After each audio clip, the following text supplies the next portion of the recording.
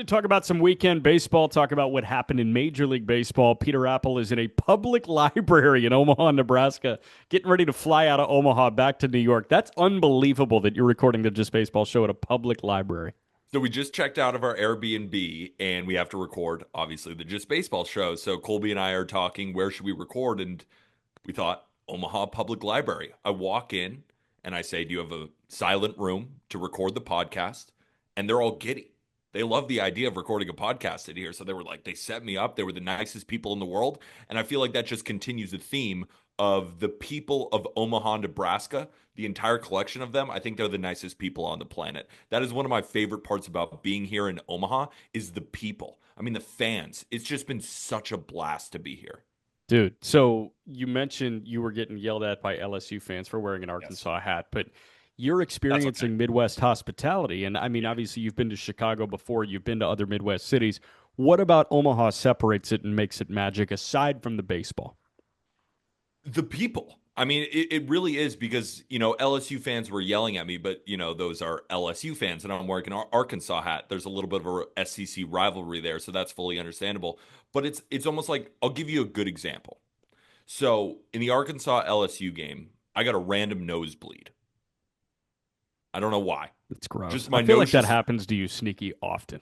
I know. I don't know why. Just got a random nosebleed. I'm just sitting in my seat. My nose starts gushing.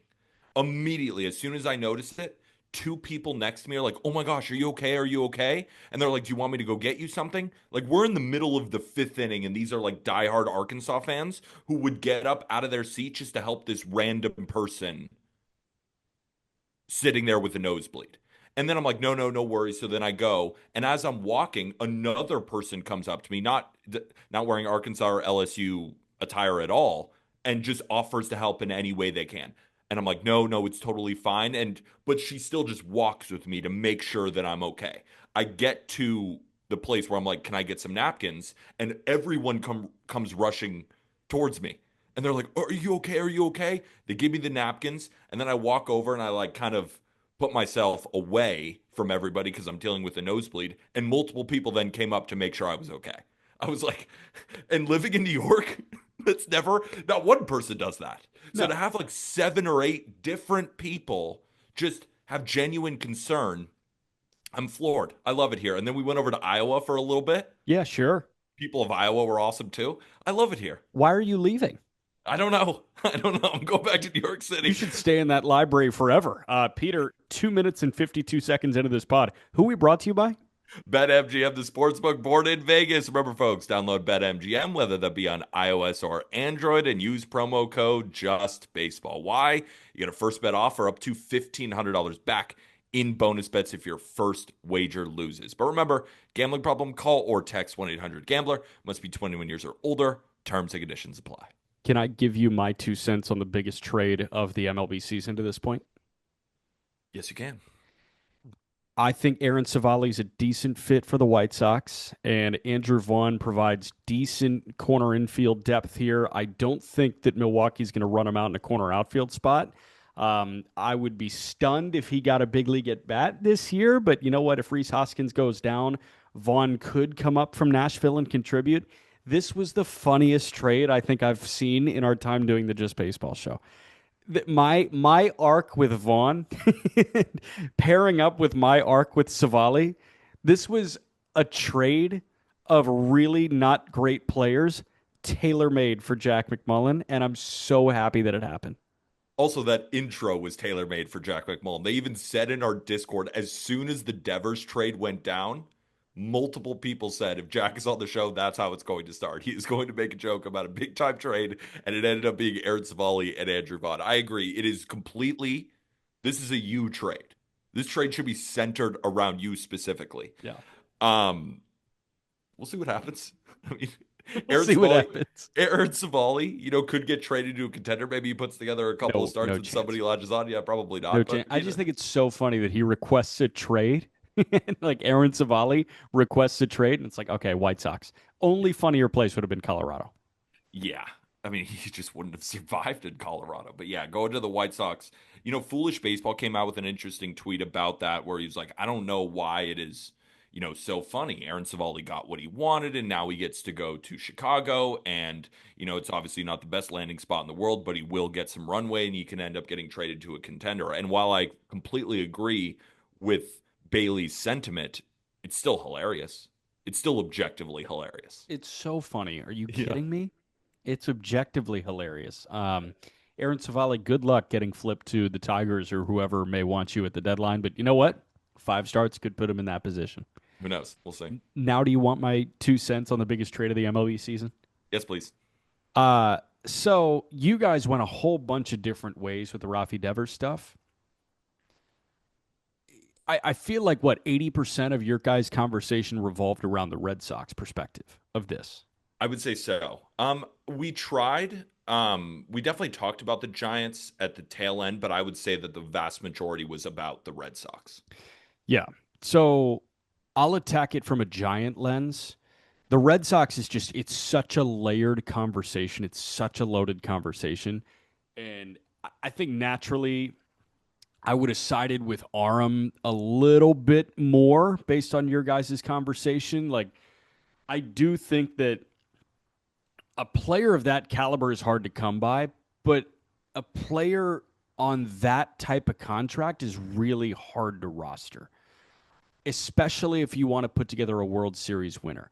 That guy needs to be performing at the peak of his powers for a deal like that to be entirely worth it. And here's the thing, man. Like Philly, we're not saying that Harper deal's a dud because Harper is performing at the peak of his powers when he's on the field. And playing good defensively at first base, too. And playing good defensively at first base. Manny Machado plays third base, and he's been performing like a peak Major League Baseball player on that contract.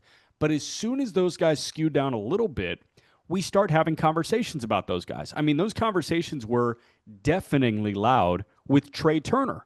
Those conversations were deafening with Xander Bogaerts. Like, there are a lot of these big deals, and if you provide, number one, no defensive value, and number two, slump for just a little bit, these deals can start to look really bad, and you start to close your eyes and just not see a team that can win a World Series. I'm not saying that the Red Sox couldn't win a World Series with Rafi Devers on the roster.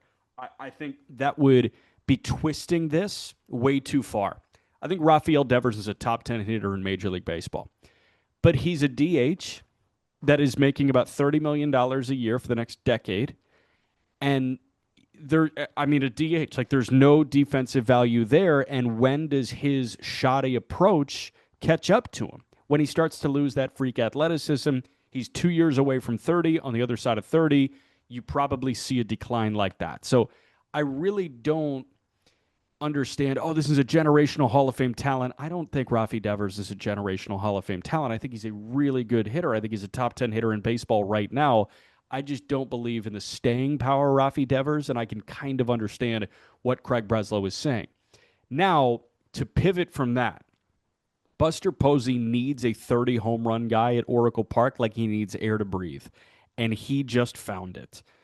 Nobody signing with him. What do? You trade assets that, frankly, you don't feel. James Tibbs was performing well in high A this year. If this guy never made the big leagues, the Giants weren't really going to feel it. It's okay. He was not their prized possession. They did this without Bryce Eldridge. Jose Bayo, who? Like 20-year-old kid at the complex that spins a good breaking ball? Jordan Hicks was the runt of the litter in your pitching staff. Like, everybody was throwing the ball well except Jordan Hicks. So you're almost trimming fat of Jordan Hicks, and you're trimming that money. And then you've got Kyle Harrison, who I think is a damn good pitcher with this velocity uptick, this velocity uptick. I think he's damn good right now. I just watched him carve. It's a very, very unique delivery. He was their 5. You really didn't lose much here. Like, I really do believe that there is a world that Buster Posey in September does not feel the absence of Kyle Harrison, Jordan Hicks, James Tibbs, or Jose Bayo. I think in 2028, there's a chance Buster Posey does not feel the absence of Kyle Harrison, Jordan Hicks, James Tibbs, Jose Bayo. I think the reason that we didn't spend like a ton of time on the Giants side is because it was such a no-brainer great thing for the Giants across the board, where it was just like, there's not much else to analyze. What do they need? A power bat. They got one of the best in the game. right? With tons of years of control that is going to be able to adjust to Oracle Park and really help this team. And I talked about the magic of the Giants, of all their one-run wins, all the comebacks. And Rafael Devers is a big game hitter. You put him up with a couple of runners on and 2 outs, and you need a big hit. There's only a handful of guys that I would take over him. So on the Giants side, the analysis is easy. They crushed it. Buster Posey crushed it. Giants fans should be over the moon. But I don't want to walk back anything I said from that episode with Aram. But after I was re-listening to it this morning, and I think I was hanging my hat on a couple of things that didn't really pertain to this trade in a vacuum. And I think that's what held me back a little bit. I was upset with Breslow when it came out that he didn't really shop Rafael Devers. I think that the original drama was his fault and Alex Cora's fault, the entire Yeah. front office, right? When you sign Bregman without telling Devers. So I was too focused on what had happened, and I let that spill into my analysis of the trade. Yeah. So I think that's where Arm and I kind of, were disagreeing a little bit because I was too focused on all of those other things versus looking at this in a vacuum and objectively saying that 8 years, 250 million for a guy who's probably going to be a DH. And I will admit when I'm wrong too, the defensive part that I was kind of hanging on to, where I was like, everyone is just saying he's a DH now. And I was like, I still think he can play third base. No. But when you look at the numbers, I mean, that's just an objectively wrong take. But at the same time, it's so funny. I was looking back in 2019, he put up 13 defensive runs saved. I just think that's like a weird quirk. He was like an elite defender one year. And then in 2022, he was like an average defender. And in other years, he's been terrible. But he probably is a DH. And then if you say he is a DH, 8 years for 250 million is a lot. So I understand Breslow likely, when he took the job as the GM of the Red Sox, probably never liked the deal from the get-go, even if it had nothing to do with Rafael Devers' personality. He probably just thought to himself, I don't think that this guy can play third base, and really going to pay him $27 to $30 million a year. I know he rakes, but I think I can spend this money in a better way. And now I think it's on him because he was the guy to trade Chris Sale for Vaughn Grissom. That trade didn't go out so well, but he's Yeah. also made really good deals. Right, I think the Garrett Crochet deal is going to be awesome. I loved bringing in Bueller. I loved bringing in Bregman. I thought that was such a good fit, and I'm glad that he pounced on that. So I think now it's up to him. And, if he comes out and he allocates that money in better spots and the Red Sox are instantly competitive again, I think Red Sox fans will forgive him. It's going to take a little while, and he's really got to prove it. And of course, winning solves everything. But I still think the optics were terrible, especially in an organization that has traded some of their For best sure. players so many For times. sure. But at the end of the day, I can't blame Breslow for them trading Mookie. No, you Right? So absolutely it's cannot. just the organization, and what I think I did was I was too focused on the optics when in reality, optics don't win championships. Like And we'll Rafi see what Devers, happens. again, Rafi Devers is a hell of a baseball player. He's Hell not of a Mookie baseball player. Betts. And that's another reason I am just such a huge fan of his. That's I another understand. aspect of it where I I just think totally understand. he's And such a my good hitter. thing, like, I keep falling back on the idea that continuity matters in a Major League Baseball market, and continuity matters in a market like Boston. And for a franchise like the Red Sox, you need somebody to be a Red Sox, and you need somebody to contest for Cooperstown as a Red Sox. Like now, Rafi, if he spends a decade in San Francisco, I think it's unlikely that he's a Hall of Fame player, but if he is on that fringe Hall of Fame level and he really turns it on in San Francisco, he might be going in as a Giant if he stays there and Oh, I he's think he there will. for a decade plus. He did win a ring with the Red Sox, but I love that take. Like, let's see what he does with San Francisco over the next 8.5 years. You know what I mean? But like Because he could put together a Cooperstown type career, and at the end of it, we could be looking at it and asking the question, even asking the question, oh, who does he go in as, a Red Sox or a Giant? A franchise like the Red Sox needs guys to be Red Sox. And they needed Mookie Betts to be a Red Sox. They needed Xander Bogaerts to be a Red Sox. They needed someone to be a Red Sox, and Devers was supposed to be that guy. And now he's not that guy. Mookie's going to go in as a Dodger. I promise you that. I think the last thing to wrap this up, and then I want to cover some other headlines too, Yeah. is beyond the trade. I think this is arguably the best version of Rafael Devers at the plate that we have seen Absolutely. because he's walking more than he ever has, and his at bats have just been incredible. And he's not chasing outside the zone. Like he's one of the best bad ball hitters in Major League Baseball, but he's realizing that he doesn't need to make contact with those bad balls. Just wait for it to come back in the zone and pillage it, and that's what he's doing with a 148 WRC plus. So I am excited to see what he does with San Francisco, and I'm excited to see what the Giants do, right? Because I don't think Buster Posey is done. I mean, I No. don't think this is going to be the only trade they make. And they're right now competing with the Dodgers to win the division. Their pitching staff is unreal. Their bullpen is unreal. Will they upgrade that unit? Will they keep adding bats? That'll be a fascinating thing to watch come deadline. And again, man, what did they lose? They didn't really lose anything. Kyle Harrison was a back end starting pitcher for them and a good one, but like, Yeah, I think he, he'll be good. He's 23 years old, yeah, but you were willing to part with that in order to get Rafael freaking Devers. of course. And I think Harrison was probably the best asset moved in this. Tibbs was, Yeah, what do you think about that? Do you think I agree with you? I think it's all about your opinion about James Tibbs. yeah, Tibbs is a platoon bat. Now he's a really good one. Like the hope is that he mashes righties and he can fill a Jock Peterson type role in a corner. I like that. I like it, but I think Kyle Harrison is probably the best asset move. There's a long way to go for him to be Jock Peterson. Um, I would side with Harrison being the better asset of the two of them. And then Jordan Hicks, like San Francisco is looking to dump that salary anyways, I think.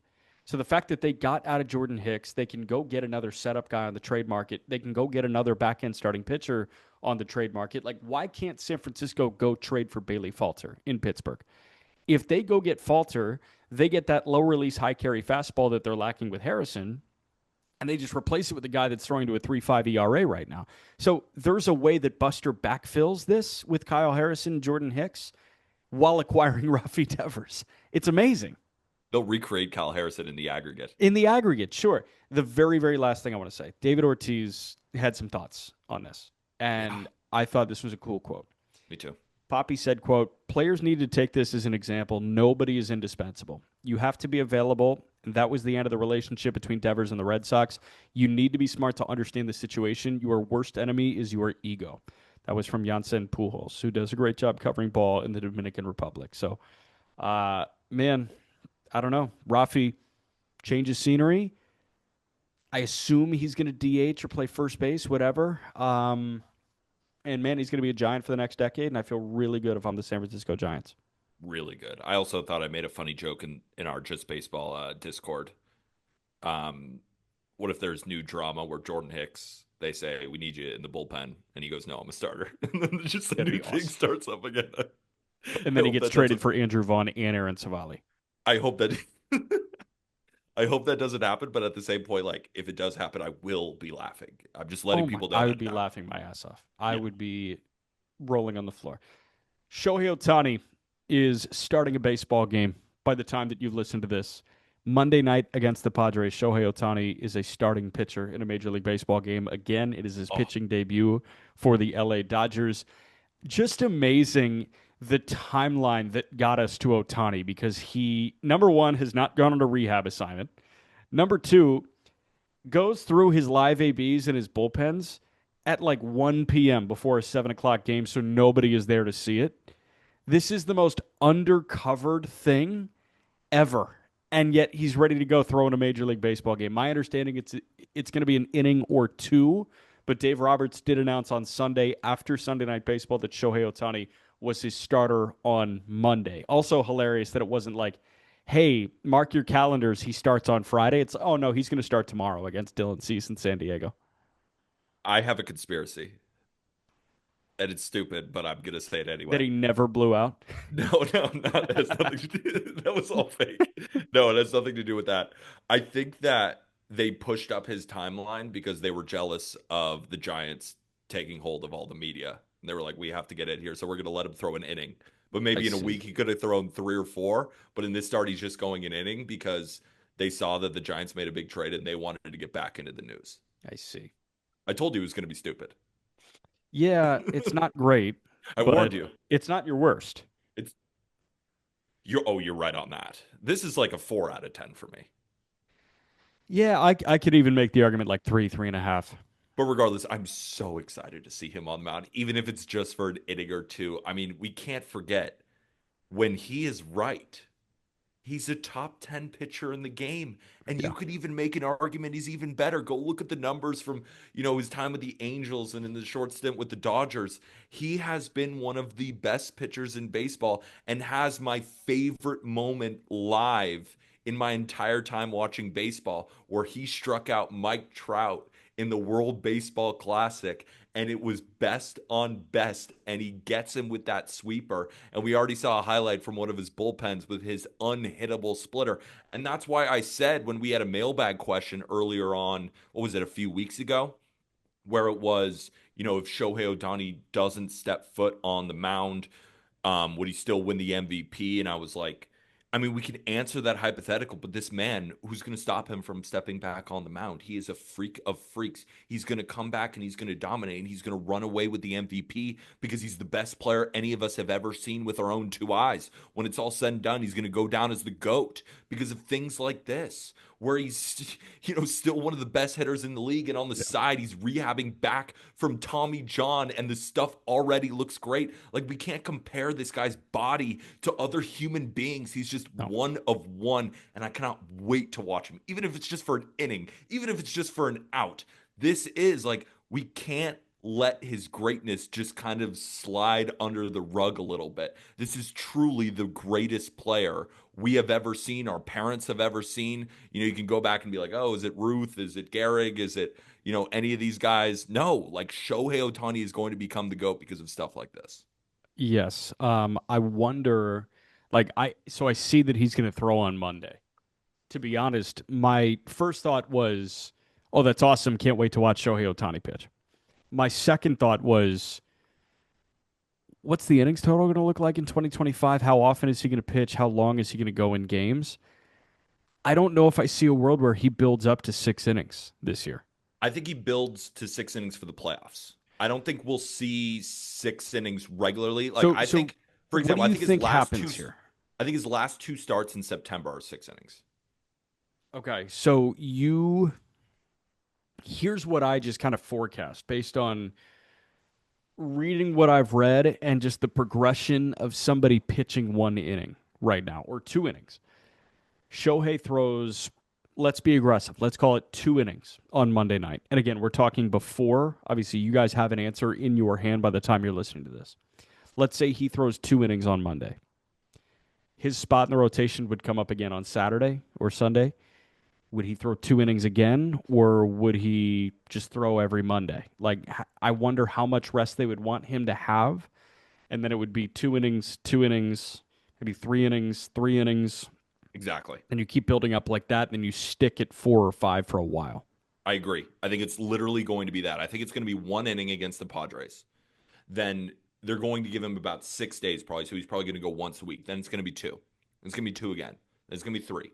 Then it's going to be three again. Then four, then five. So And then his last starts in September, 5 to 6. And then in the playoffs, he's ready to go full tilt. to be honest, that's a pretty normal rehab assignment ramp up for somebody recovering from Tommy John surgery. It's just instead of doing it in low A and triple A, you'd be doing it in the major leagues. Because he can. Because you can, and you can't take that bat out of the lineup. And I also think it would be funny for him to go rehab in AAA, then take a flight and go hit again. I actually kind of want that now, the more I think about it.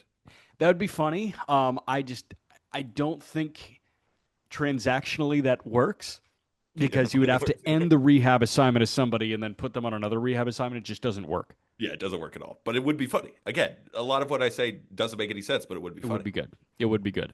His teammate, Roki Sasaki, again, like here's a bunch of mixed messaging from the LA Dodgers. I don't really understand what's going on. I have no idea what's going on. What are they saying? I have no idea. I before Sunday Night Baseball, Dave Roberts said he doesn't feel comfortable when throwing at 100% effort with his shoulder, so they shut down his throwing progression. And then after the game, I'm just going to read this verbatim from MLB Trade Rumors because Fabian Ardaya, was tweeting all this out. After the game, Roberts struck a much more optimistic tone regarding Sasaki after this evening's game, as relayed by Fabian Ardaya of The Athletic. Roberts emphasized that Sasaki is, quote, pain free and, quote, already moving around before going on to suggest that he should be able to resume building up his rehab process soon. I don't really understand how 6 hours prior they shut down his throwing program because he wasn't feeling comfortable. And then Dave Roberts was asked follow ups, and he said something along the lines of, "Well, you have to ask Roki whether it's pain, whether it's discomfort. I have no idea." How does the messaging get that twisted and then that corrected over 6 hours? I think, and again, this is all conjecture because it makes no sense. So I think honesty came out first, and they were like, wait a minute, don't make it seem as bad as it might be. That's the vibe I got. What kind of vibe did you get from this? I would assume that Dave Roberts had a good lengthy conversation with Roki Sasaki before, but there is a chance that what Dave Roberts said did not sit well with Sasaki's camp, and then they said, "Hey, you got to issue a correction here." I think that's I agree with you.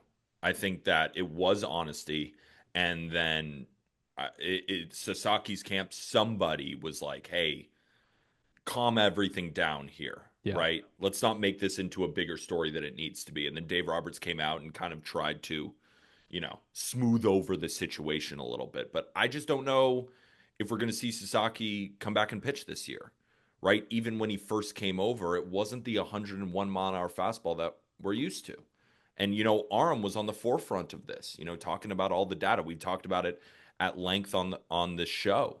Yeah. And if I were the Dodgers, I would be very, very careful with him because he is a guy that you want to be a mainstay in your rotation for a very long time. He's still a really young kid, Yeah. right? He could have came over and gone to the minor leagues, but the Dodgers wanted to test him at the major league level, and the stuff didn't look quite the same. So if I were the Dodgers, I would let him take his time in the rehab, be around the team, right? Just get acclimated more to Major League Baseball, and then come out next year throwing 100 miles an hour and be the phenom that he is, right? I just don't understand the positives of trying to rush him back if he doesn't feel comfortable. You're still the Los Angeles Dodgers. You have an incredible farm system. You can go trade for guys who will be free agents at the end of the year, and you could go win a World Series without hurting his development because I still think he needs to develop as a pitcher, clearly. So if I were the Dodgers, just keep pushing him back. Just make the rehab even longer than it should be. So when he does come back, he's fully fresh. And then he could be an ace for you because if you screw it up a little bit and he comes back next year and he's not quite the same either, you're just delaying the inevitable. So, yeah, if I were the Dodgers, take it slow. I'm with you. I don't really understand why they would try and shoehorn him into August and September starts No at point. this point. I No think they should point. just shut it Especially down. Kershaw looks good too. I think Kershaw that's looks such an good. awesome development. Kershaw looks good. It seems like they are slowly but surely filling out what they can do as a starting rotation. Emmett Sheehan's next start is in the big leagues. Like, that's big to have Sheehan back. I want to see Sheehan take on Ronald Acuna Jr. again. Yeah. I mean, it was a 3-0 pitch that was actually perfectly executed. It was a fastball in the lower outside corner, and Acuna just met it at 121.7. No, but I am excited to see Sheehan back. I mean, the Dodgers still have tons of irons in the fire. Snell will eventually come back. Glasnow will eventually come back. And really, all they need to do is just tread water until they get to the playoffs. And then, you know, they'll be the favorites to win it all. And we'll see if they do. I think the Mets have a great chance of beating them, even though they just got swept this past weekend, but so did the Yankees. I mean, that just happens. But I still think the Mets can compete. I think the Giants can certainly compete. None of the National League West teams are afraid of the Dodgers come playoff time. But all the Dodgers need to do is just get to the playoffs and get a couple of guys to get them there, and then they'll be totally fine. Yeah. All right. We are going to get to one of the best debuts that I've seen in a long time in a moment. Before that, quick break. Jacob Misiorowski debuted for the Milwaukee Brewers late last week. We have yet to talk about it because it happened on Thursday night. Jacob Misiorowski threw five no-hit innings. He walked four and punched out five against the St. Louis Cardinals. St. Louis is a good team. Yeah, They're they're a they're a fine team. tough offense, It's and a, it's a decent offense. He made them look like morons. yep, That was as much fun as I've had watching a start as I've had in a long, long time. He was a perfect example of why weird and why data darlings are awesome in Major League Baseball. Numbers matter. You look at Mizorowski's fastball, you look at his slider, you look at his changeup. These are the best pitches in minor league baseball. He may have the best fastball in minor league baseball. He may have the best slider in minor league baseball. And his changeup, dude, from just a shape and velocity perspective, might be a top five changeup in minor league baseball.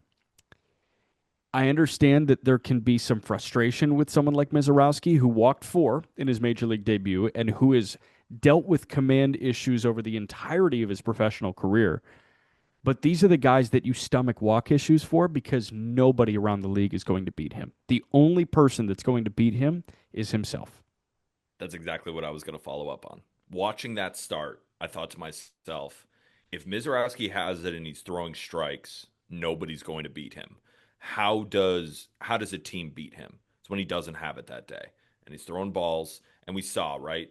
Sometimes with Mizorowski in that start against the Cardinals, he would, get ahead and then he'd throw a couple of really bad waste pitches. He'd throw a fastball at 102 miles an hour way out of the zone, or, one of his sliders way out of the zone. And then once he got back in the zone, they would just pop out or strike out. As long as he's just in the zone, the stuff is completely outrageous. And Baseball Savant doesn't even know how to qualify it, right? They're calling on the broadcast, they're calling that 96 mile an hour cutter a fastball. Yeah. 96. But it's a cutter and it's moving a little bit. And then They that called his changeup a sinker. low slot, high rise extension off the mound, 103, 102. I mean, what's the perceived velocity on that? 105? And he's maintaining it in his first start. I know there's probably a little bit more adrenaline there, but what? What does he look like without adrenaline? 101? I was floored to see his confidence within the strike zone right away. I thought Right he away, was just going going to after be people. I thought he was going to be way too hyped up and he was just going to be sailing and yanking and sailing and this guy was dotting. It was Dotting. awesome. It was awesome. And I'm so glad he's not a reliever. Like I wanted to see what he would look like as a starter. And even through 5 innings, I was like, I hope they never put him in the bullpen ever again. He walked off with a trainer because of an ankle issue. He is okay. He's going to make his next start, Yep. All which good. is great. Great. Thank God, too. Because imagine like we get a little taste of that and then he goes to the IL and we're just like, oh no. Yeah. It's like we can't have anything nice in baseball, but thankfully he's going to be totally fine. You start to see the future kind of show up for Milwaukee right now. Freddie Peralta seems like he's willing to take any sort of deal that Milwaukee gives him. He loves throwing in Milwaukee, Wisconsin, which is cool. They're not going to extend him, but Freddie Peralta is a madman. Freddie, followed by this tandem, this piggyback of DL Hall and Quinn Priester, I is love next it. level. I love that tandem so much. It's awesome. It's an awesome tandem. You got Chad Patrick, who is throwing the shit out of it right now. Yep. And then Mizorowski is Mizorowski. And then, oh, by the way, you got Robert Gasser building up, Nestor Cortez on the shelf right now. And then Woodruff is working his way back as well. Like, post All-Star break, Milwaukee can be legit on the mound. Just what Milwaukee does. Yeah. I mean, they'll trade some guy away and then they call somebody up. They'll send this guy off and then somebody else comes to fill their shoes. They are just a conveyor belt of stuff. Guys are just coming up. Again, they've dealt with injuries all year and still their current rotation. Like Chad Patrick going into the year, was he on your radar? Like, was he a guy who you're like, oh, yeah, he's definitely going to pitch to a 2.8 this year? No, but he threw the ball really well in AAA last year. I knew that he could be serviceable at the major league level. I did not know he could be this at the major league level. So, again, and the reason I made that point is they're going to have guys who aren't even particularly on our radar that come up and help too. They're just, again, they're a conveyor belt. They're one of the I think, best run organizations in the sport. And you see it on the field that even if they're not Yeah. spending any money, they can compete in a really good national league and they can beat anyone on any given day. And it's really just all of their homegrown talent. It's really impressive. But at the same time, it does stink that they will never spend. Like, I mean, imagine bringing in a couple free agents to surround this group. And that's why I feel like their upside is But they continually do they capped. do it enough. Like they paid Yelich big time, but then I think about a Reese Hoskins type deal, and that's legit. And what did they Yeah. need? What did they need on the free agent market this year? Somebody like Quintana, and it took a long time, but they got Quintana. Yeah.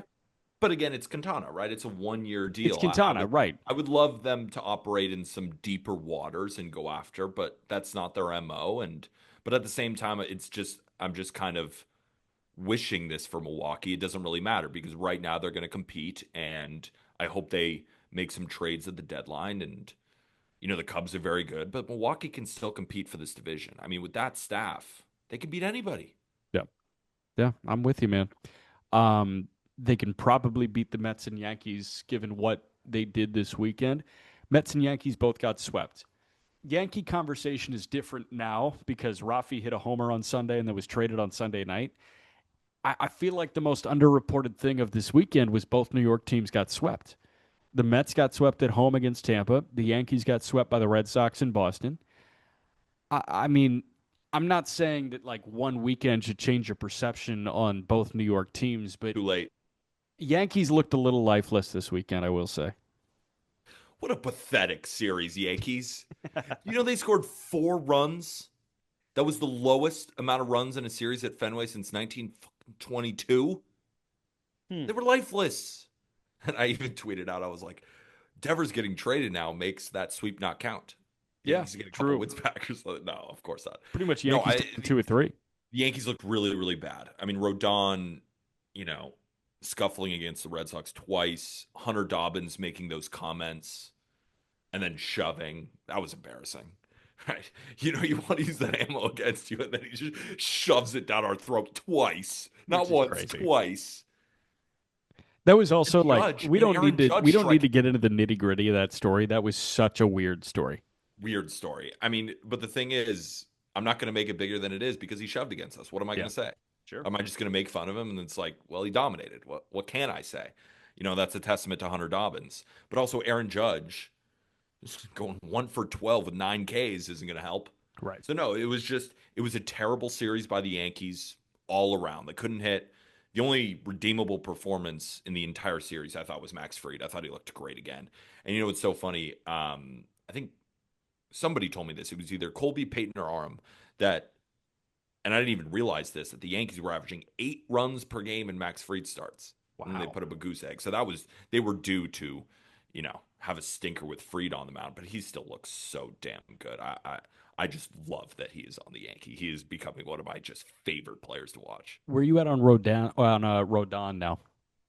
Still fine. I mean, Yeah. he has been just outrageously good all year before back-to-back bad starts against the Red Sox. Yeah. I think he just moved past that. It could be a team that he struggles against, the next time he faces them again, but the stuff still looks good. I still think Rodon is the man. So again, 2 bad starts against the division rival isn't good. You want to dominate those guys, but it doesn't change my opinion on him moving forward, even Got you. a little bit. Mets, where you at? Just a weird weekend?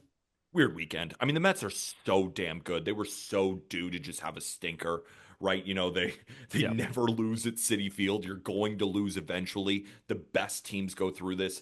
I mean, the Dodgers just had a really bad stretch and then now are playing better. It just happens. Like again with the Yankees too. It's not like I'm the only reason it's more heightened was because it was against the Red Sox.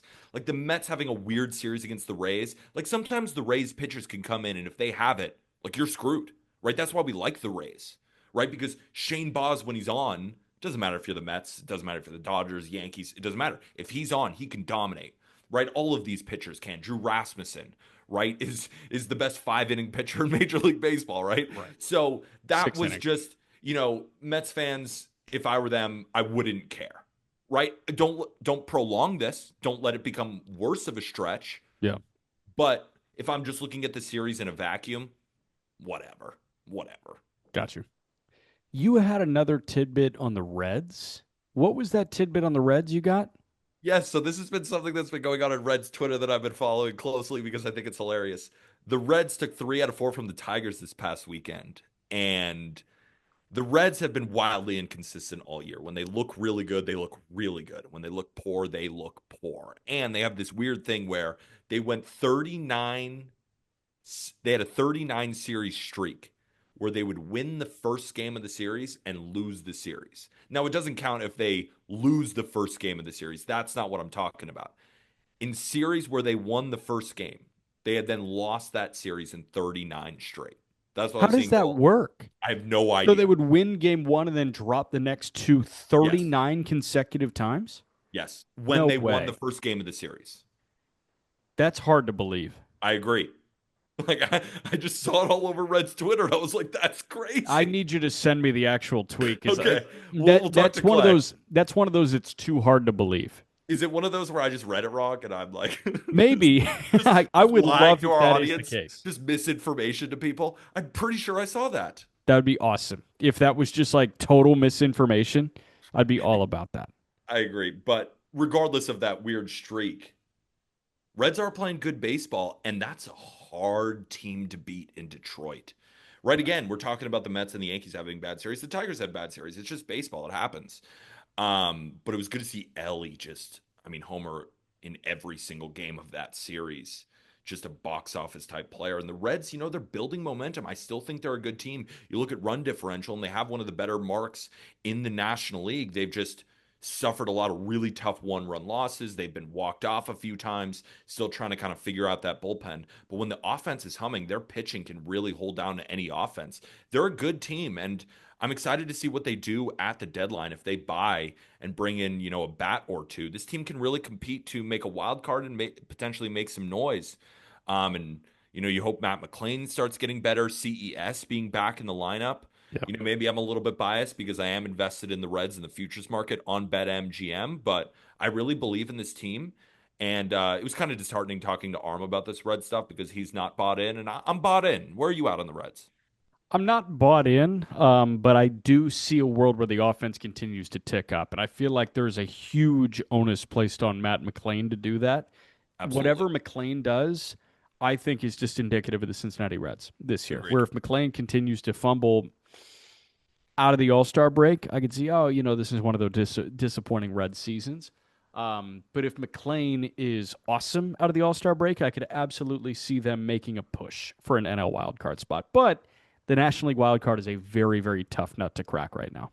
So tough. There are so many good teams. And again, a reason I'm bought in on the Reds is, Matt McClain is hitting under the Mendoza line and there are a few games over 500. What happens when he starts being that 5-win player that we know he can be? What does the Yeah. team look like? CES, right?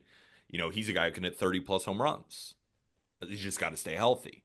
So you bring those guys back in. Tyler Stevenson is having a pretty good year. Obviously, Elly is the man.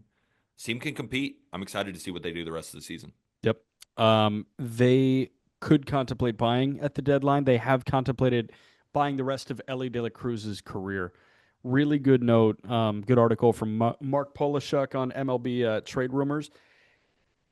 Nick Kroll was on MLB Network Radio on SiriusXM, and Kroll said the team reached out to Elly De La Cruz about a long-term extension. Here's the full quote from Nick Kroll. Quote, we made a run at it and obviously didn't get anything done. We've had those conversations, and that's not something that we've been able to obviously match up on. So hopefully maybe there's something there, but as of right now, there's nothing. There's no talks that are currently happening. Usually with a non-story like this, I'm like, oh yeah, whatever. They checked in with their superstar player on a possible extension. They said no, and then you move on. But with Cincinnati and Elly De La Cruz, I love that they have even checked in on that. The likelihood of him signing that as a Boris client is very, very low. But I love the idea that Cincinnati has the means to even entertain that conversation with a guy like Elly De La Cruz because you see what he did this weekend. He capped off 4 straight games with a homer. He had a relay throw to the plate at 98.6 miles an hour. It was a dart to the plate. He has as loud a tools as anybody in Major League Baseball. He was good, not great by his standards to begin this year, and he's really turning it on right now. He's as fun to watch as there is in Major League Baseball. That guy needs to be in Cincinnati forever. It probably won't happen, but I love that the Reds are willing to engage in the dance a little bit with Elly De La Cruz.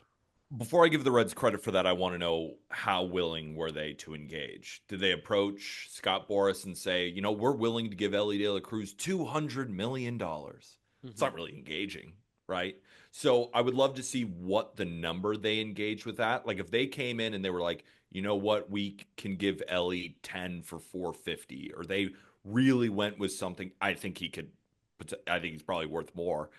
Even though that sounds crazy to say, but like in baseball, it's just for a guy of his caliber, and just beyond that, the jerseys he can sell, how many fans he's going to bring to the stadium. His marketing is outrageous. He's just box office. So before I give the Reds credit, I would love to know what the that initial offer engagement was. looked like, because I don't want to give them credit if they just called Scott Boras and Boras was like, yeah, what do you want to give us? And they didn't say anything serious. And then they go to the media being like, we tried, guys. Yeah. I would like to hear something more, especially from a front office who has not. I'm not giving them the benefit of the doubt on spending money. No, they certainly don't deserve that, but I would hope that these were good faith check-ins. Like You'd hope. But the Cubs' $72 million offer for Pete Crow Armstrong might have just pissed him off a little bit. Like Elly, I hope that the Reds didn't piss Elly off with their offer. I doubt they did. And maybe if they did, would Boras even tell Elly? Maybe. I don't know. It just depends on the athlete. It just depends like, hey, this is what they think you're worth. Prove that you're worth much more than that. Or it's like, keep doing your thing. Keep going with that. Yeah. I think Elly wants to test free agency. And he should. And he's Probably. going to get and he's gonna be a $500 million player when he tests free agency. Monumental contract. Two more things. James Wood is awesome. Awesome. Mackenzie Gore, awesome. Awesome. The Washington Nationals are really not awesome. Washington just got swept over the weekend. Now, great weekend for the Marlins. Washington has now lost 8 in a row. Davey Martinez was asked a question about the offensive struggles and if it is on the players or on the coaches, and he said it's never on the coaches. We work our asses off every day. We get in early, we leave late. Sometimes it's on the players. We can't hit for them, we can't pitch for them, we can't field for them. It feels like things are starting to fracture in DC. Horrible look. Horrible look all the way around. So, Dave Martinez, what you are basically saying is that when you are performing well, we shouldn't give you any credit. You're just there. That's how I read that. Where it's like, all right, if you're not going to take the blame when the team is not playing well, you don't get the praise when the team is playing well. That's how I read through it. What about you? I don't think Davey Martinez is someone who tries to take credit for winning Nationals teams. I'm not saying takes credit. I'm just saying don't expect anyone to give you anything when you are I don't playing think well. I don't think it's an I won, we lost thing with them right now. What I think is happening with Washington is they've got guys that are playing horribly. Once you get past Abrams and Wood, there's nothing going on in that lineup.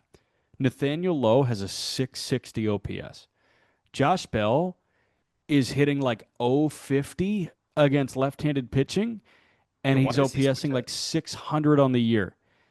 Keibert Ruiz and Riley Adams were a combined like 1 for 47 from the catching position before Ruiz had a hit on Saturday. There's nothing really endearing. Like Luis Garcia Jr. dropped a pop-up in shallow right field to cost the Nats a game over the weekend. It plated another run in a 1-run loss. There are just so many things there. The bullpen is, dude. So bad. That bullpen. So bad. And they just, to be honest, like watching them for a weekend, it seemed pretty lifeless from Washington. And I want to give the Marlins a lot of credit because they played like a jovial brand of baseball, a lively brand of baseball. On the road, too.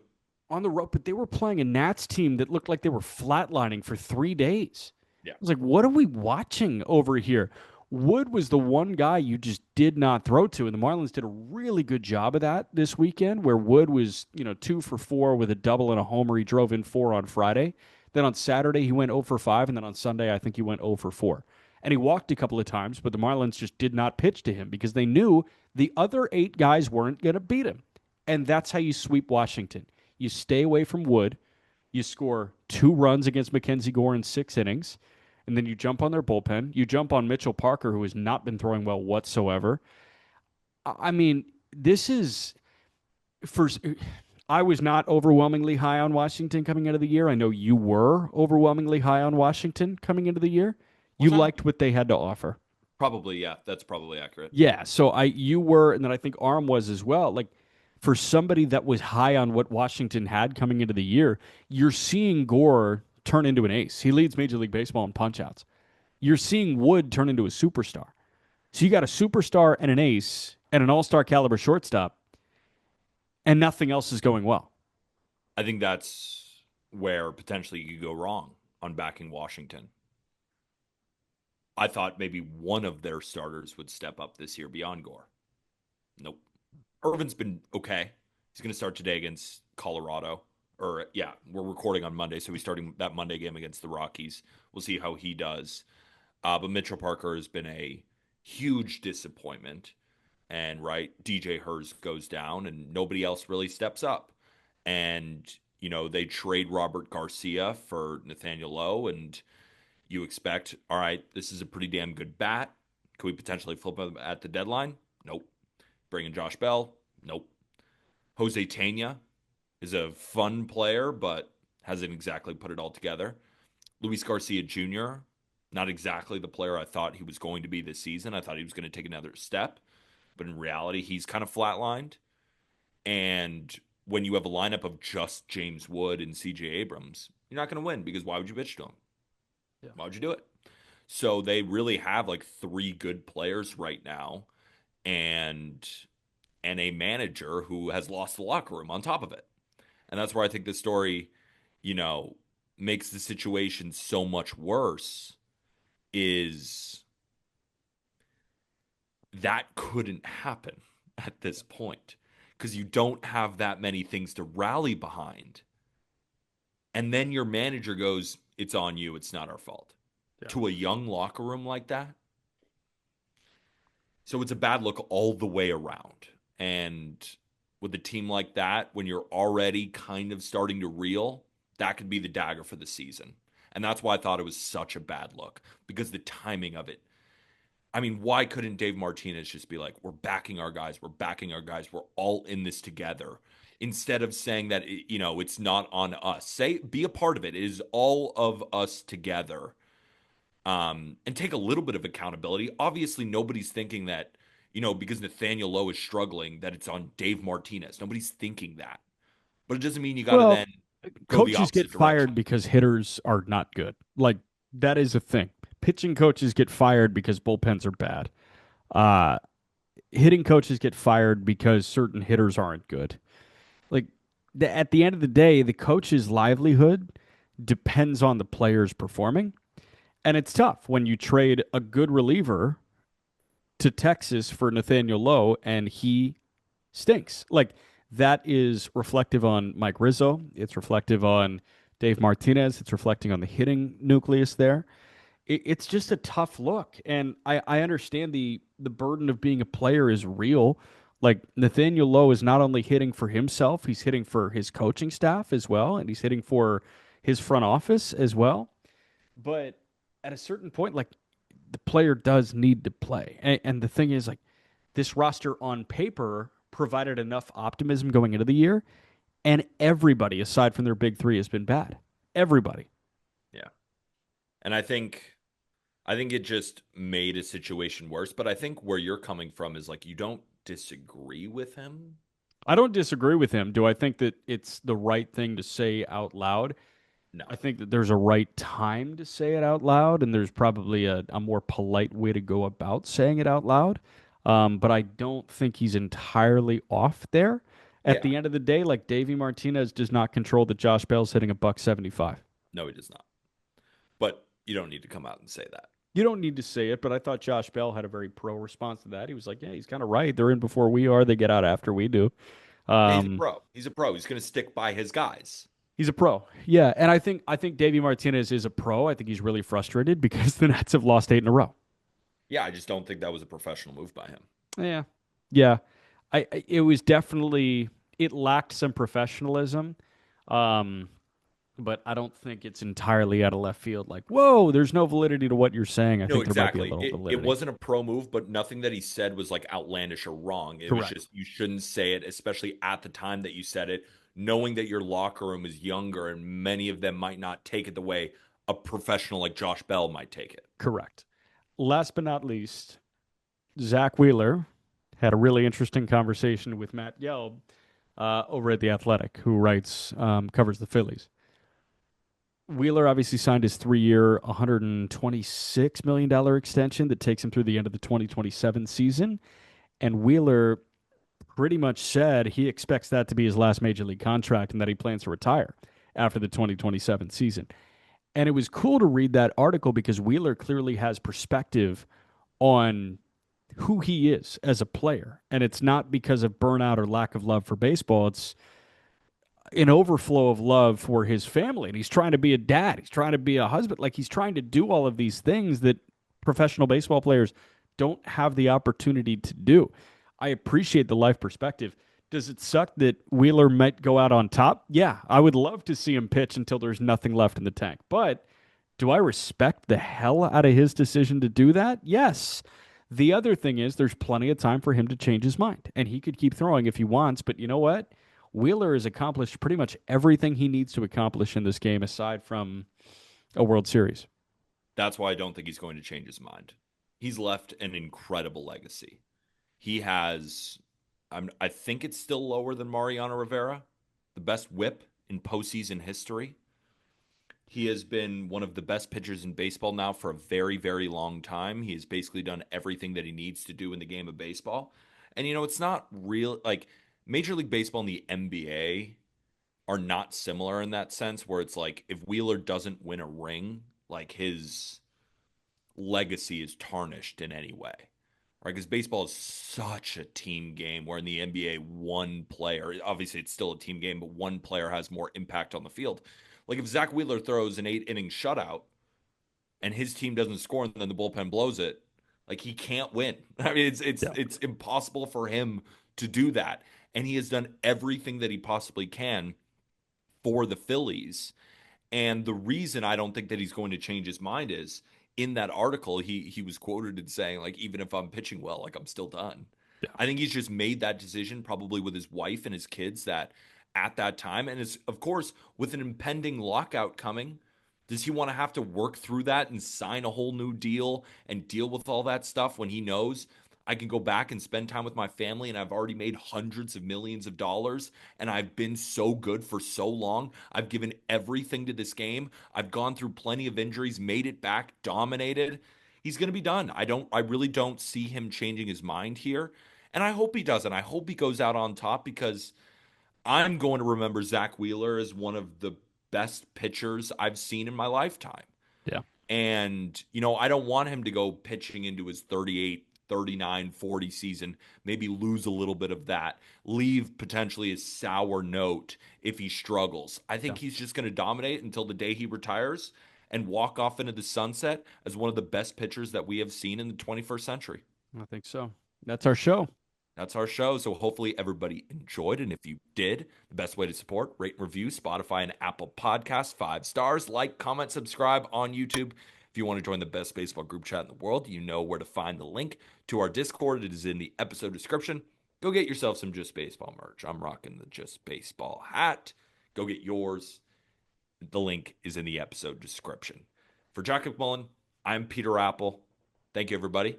And with that, thank you, everybody.